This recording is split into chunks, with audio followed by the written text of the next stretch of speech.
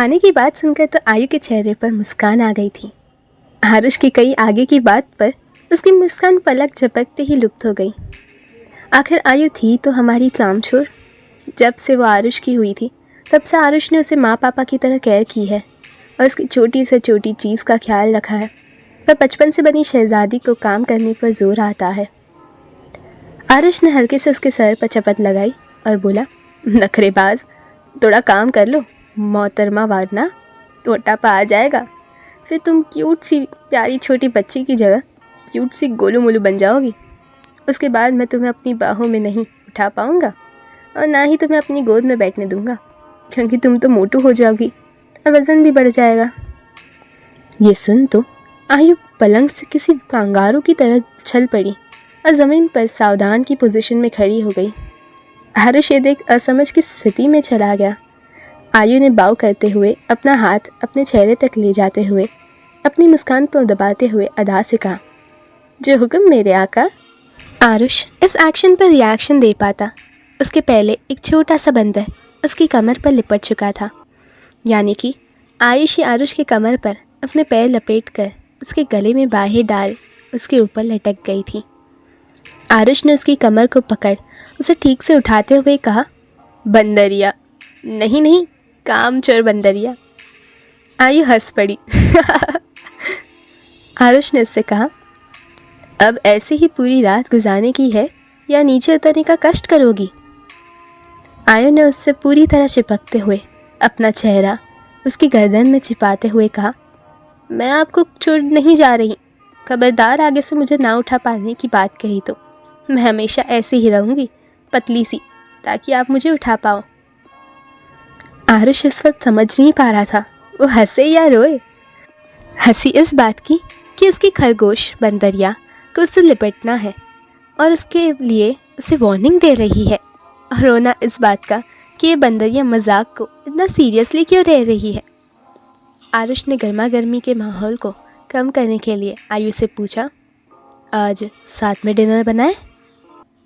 आयु ने तो ये सुना एकदम से आरुष के गले से चेहरा निकाल अपना चेहरा उसके एकदम आगे लाग दिया। उसकी आंखों में चमक थी। आरुष ये देख मुस्कुरा उठा। उसने आयु के जवाब का इंतज़ार नहीं किया और आयु को ऐसे ही उठाए हुए कमरे से बाहर आ गया। दोनों किचन में पहुँचे और आरुष ने आयु को नीचे उतारा। आरुष ने एक ड्रॉवर से 2 एप्रन निकाले और एक आयुषी को पहनाया, वहीं दूसरा खुद पहन लिया। आयुषी की एक्साइटमेंट देख के उसके चेहरे पर भी मुस्कान आ गई थी। आरुष ने गैस ऑन किया और पतीले को गैस पर चढ़ाया। आयु बड़े ध्यान से आरुष को देखे जा रही थी। आरुष ने उसे ऐसे देखा तो आयु का हाथ पकड़ा और उसे अपने आगे ला दिया। उसने आयु के हाथ में एक चम्मच पकड़ाई और खीर जो आरुष ने पहले से बना रखी थी उसे स्टर कर गर्म करने लगा। उसने आयु के हाथ को पकड़ा और उसे एकदम बेहद करीब पीछे खड़े होकर खीर को स्टर करने लगा। आयु का ध्यान अब खीर को छोड़कर उसके हाथ पर था जिसे आरुष ने पकड़ रखा था। खीर गर्म करने के बाद आरुष ने सब्जियां फ्रीज से निकाली और चाकू आयु के हाथ में पकड़ा दिया। आयु चाकू को ऐसे देख रही थी जैसे ये क्या पकड़ा दिया है मेरे हाथों में, किसी का कत्ल करने का है क्या?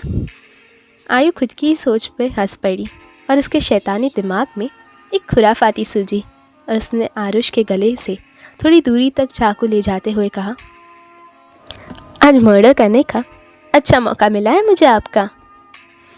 आरुष ये सुन आंखें बड़ी कर आयु को देखने लगा। आयु अपनी हंसी को दबाते हुए अपने चेहरे पर फर्जी गुस्सा और अहंकार लेने की कोशिश कर रही थी। हालांकि ये सब आरुष के समक्ष व्यर्थ था उसका।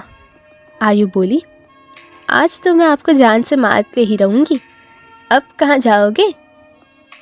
आरुष ने भी इस मस्ती में भाग लेते हुए थोड़ा डरने का ड्रामा किया, पर फिर उसने एक तरफ अपनी उंगली से इशारा करते हुए कहा, वो देखो। आयु ने नादानी से अपना सर उस ओर घुमाया ही था कि आरुष ने सावधानीपूर्वक उसका हाथ पकड़ लिया जिसमें चाकू था और आयु को अपनी ओर खींचा। उसने आयु को पीछे से अपनी पकड़ में ले लिया और चाकू उसके गले पर रख दिया। ये सब इतना जल्दी हुआ कि आयु को संभलने का अवसर ही नहीं मिला। आरुष आयु को पीछे से पकड़े था और उसकी सांसें आयु अपने गाल पर महसूस कर सकती थी। वो तो अभी हुआ एक्शन समझने की कोशिश में जुटी हुई थी जब उसके कान में आरुष की आवाज़ आई, मेरा मर्डर करना चाहती हो? मेरी मौत के बाद जी पाओगी? इतनी सहजता से मुझे मार पाओगी? आयु तो ये सुन एकदम चौंक गई। वो आरुष की ओर अपनी कनखियों से देखते हुए बोली, पागल हो गए हो? मैं बस मजाक कर रही थी। भला आपको मारने का ख्याल भी नहीं आ सकता तो आपको अपने हाथों मारकर खुद की ज़िंदगी क्यों ही उजाड़ूंगी? आरुष ने ये सुन मुस्कुराते हुए चाकू नाइफ स्टैंड पर रखा और आयु को किचन स्लैब पर बिठा दिया। आयु अपनी मासूम सी सूरत लिए आरुष को देखे जा रही थी। आरुष उसके पैरों के बीच खड़ा था और उसके ऊपर थोड़ा झुका हुआ था। उसकी सांसें आयु की सांसों में घुल मिल रही थी। उसने कहा, मेरी जान तुम्हारे ही हाथों में है क्योंकि तुम ही तो मेरी जान हो। मेरा दिल, किडनी, फेफड़ा सब तेरा ही है मेरी नन्ही जान। अब जब सब तेरे पास है तो मैं कहाँ जाऊँगा तुम्हें छोड़ के? यहीं हूँ और यहीं रहूँगा अपनी जान के पास कैद करके अपनी। आरुष की बात सुन आयु मुस्कुरा उठी। उसने आरुष के गले में अपनी बाहें डालकर उसे थोड़ा और अपने करीब खींचा। उसके गाल पर बेबी किस देते हुए बोली, I love you Aarush. Aarush ने कहा, मानता हूँ तुम बच्ची हो पर मैं तो नहीं हूँ ना बच्चा जिसे तुम गाल पर किस देकर निकल लो। आयु नासमझी से उसे देखती रह गई। आरुष ने आयु की हाथ की उंगली में अपने होठ पर रखते हुए कहा, यहाँ चाहिए। आयु ने झट से अपनी हाथ खींचकर दूर कर दिया। वो शर्म से लाल हुए जा रही थी। आरुष उसे ऐसे देख रहा था। आयु ने पलकें झुका दी और नामे गर्दन हिला दी। आरुष ये देख उसकी ठुड्डी पकड़ कर उसके चेहरे को ऊपर करते हुए बोला, तुम्हें क्या लगता है तुम नहीं दोगी तो मैं खुद से नहीं ले पाऊंगा? इतना बोल आरुष ने आयु के होठों पर अपने होठ रख दिए। उसे सॉफ्टली किस करने लगा।